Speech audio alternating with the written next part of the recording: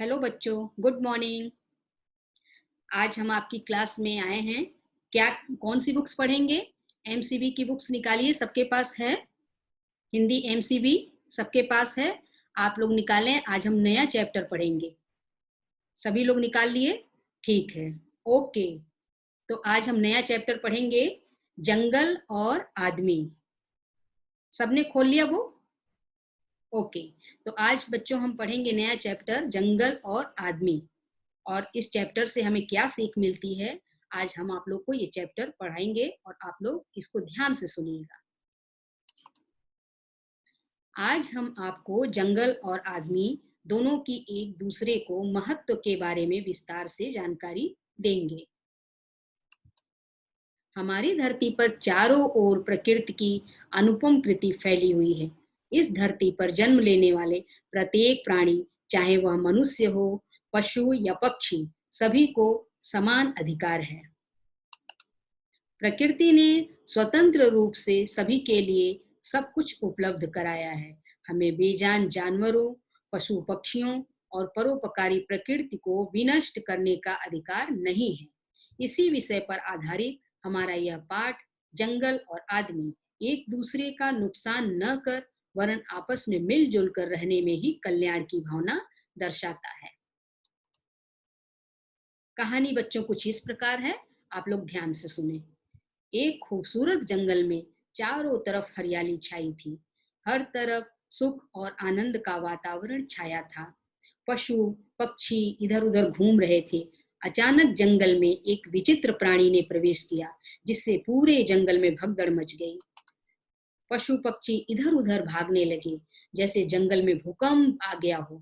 चारों ओर दहशत और घबराहट का वातावरण छा गया। सभी जानवर एक दूसरे को आवाज लगाकर आपस में चिल्लाने लगे, यदि अपनी जान बचानी हो तो इस जंगल से दूर भाग चलो। जंगल में एक अजीब सा प्राणी घुस आया है, जो शेर से भी ज्यादा खतरनाक है। तभी उस विचित्र प्राणी ने जंगल में प्रवेश किया। ये विचित्र प्राणी था आदमी, जिसने आज पहली बार जंगल में कदम रखा था। उसी समय जंगल और जानवरों की तबाही का सिलसिला आरंभ हुआ।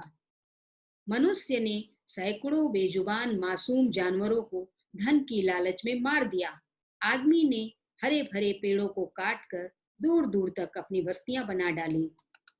इस तरह वह अजीब प्राणी अपनी आबादी बढ़ाने और जंगल में अपने घर बसाने लगा। आदमी ने अपनी जरूरतों को पूरा करने के लिए पशु पक्षियों और जानवरों के बसेरे नष्ट कर दिए। पशु पक्षी भूखे प्यासे मरने लगे। पेड़ कट जाने से कहीं सूखा, कहीं बाढ़ की स्थिति उत्पन्न होने लगी। इंसान दाने दाने को तरसने लगे और जानवरों का शिकार कर अपना पेट भरने लगे। एक दिन वही आदमी भोजन की तलाश में निकला। सूरज की तपती धूप और गर्म हवाओं में उसका सिर चकराने लगा। प्यास से उसका गला सूख रहा था और वो पेड़ की छांव में बैठना चाह रहा था, पर अचानक उसका सर चकराया और वह गिर गया। बचाओ, बचाओ की आवाज से उस आदमी की बेहोशी टूटी। उसने देखा, पत्थर से दबा एक नन्हा पौधा अपनी अंतिम सांसें गिन रहा था। नन्हे पौधे को इस हालत में देखकर आदमी को अपने पिछले पापों का स्मरण हो आया। वह अपने किए हुए अपराधों पर शर्मिंदा होने लगा और उसने पत्थर से दबे उस नन्हे पौधे को अपने हाथों में उठा लिया और अपनी बस्ती की ओर चल पड़ा। उसमें गजब की फुर्ती आ गई थी, मानो वह अपने अनगिनत पापों का प्रायश्चित करने जा रहा हो। घर पहुंचकर वह उस पौधे को बड़ी लगन से जमीन में लगाया।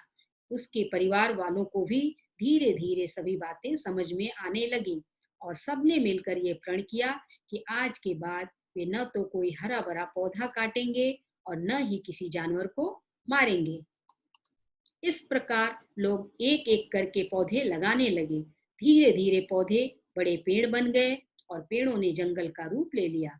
हरे भरे जंगल में फिर से जानवर खुशी खुशी घूमते नजर आने लगे। तो बच्चों, इस पाठ से हमें क्या शिक्षा मिलती है? यह कि जंगल और आदमी दोनों एक दूसरे के बिना अधूरे हैं। प्रकृति ही हमारा जीवन है। अगर हमारी प्रकृति न रहे तो हम कुछ भी नहीं हैं। प्रकृति से हमारी बहुत सारी सुरक्षा होती है। हमें जीवन मिलता है, हमें इसे बचाना है और पेड़ लगाना है।